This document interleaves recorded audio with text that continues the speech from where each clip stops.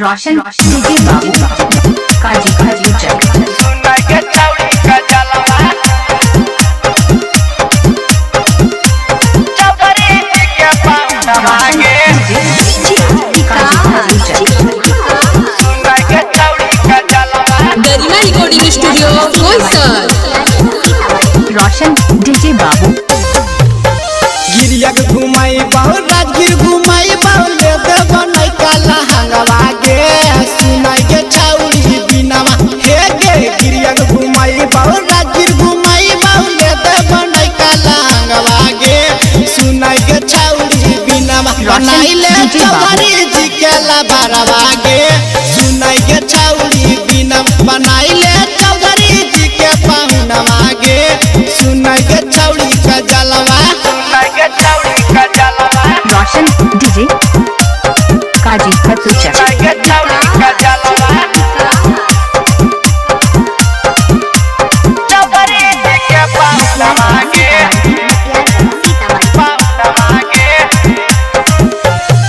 बचपन से हमें छौड़ी करो हलियो प्यार गे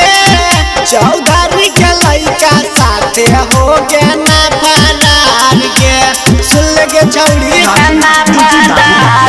बचपन से हमें छौड़ी करो हलियो प्यार गे चौधरी के लइका साथे हो गे ना फरार गे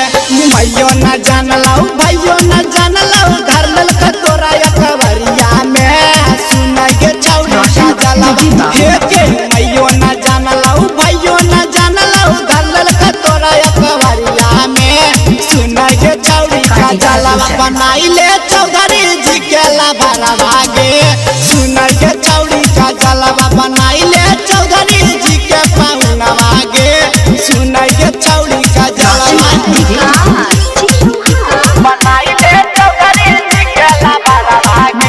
गरिमा रिकॉर्डिंग स्टूडियो बोईसर।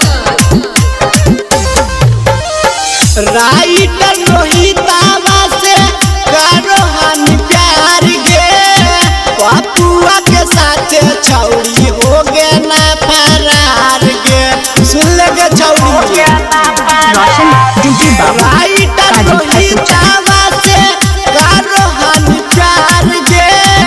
परामुद के साथ छौड़ी हो गे ना फरार गे मैयो ना जानलौ भाइयो ना जानलौ ले लल कहाली चुमा गे सुना के छौड़ी का जलवा हे गे मैयो ना जानलौ भाइयो ना जानलौ ले लल कहाली चुमा गे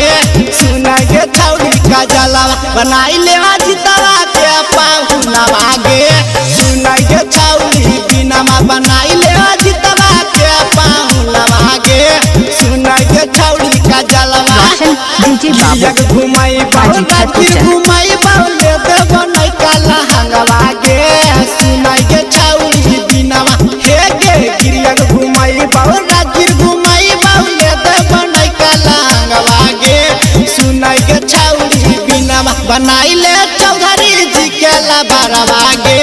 सुनाई के छौड़ी बिनावा बनाई ले चौधरी जी के पाहुनवा गे